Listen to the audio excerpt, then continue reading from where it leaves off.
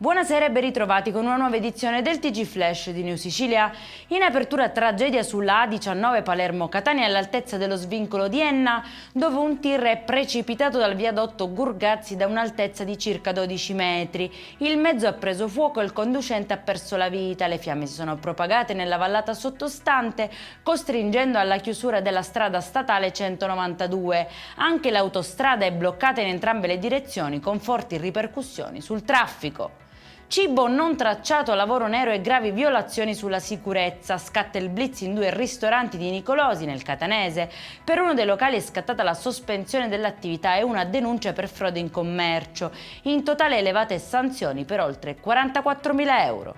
Rara schiusa diurna sulla spiaggia dei Conigli a Lampedusa. Una tartaruga caretta è nata in pieno giorno, un evento eccezionale per questa specie che solitamente schiude le uova di notte. I custodi della riserva hanno guidato il piccolo esemplare in sicurezza verso il mare tra l'emozione e il rispetto dei bagnanti. Nasce in Sicilia l'Ilty Planet Center, polo d'eccellenza per ambiente, salute e innovazione tecnologica.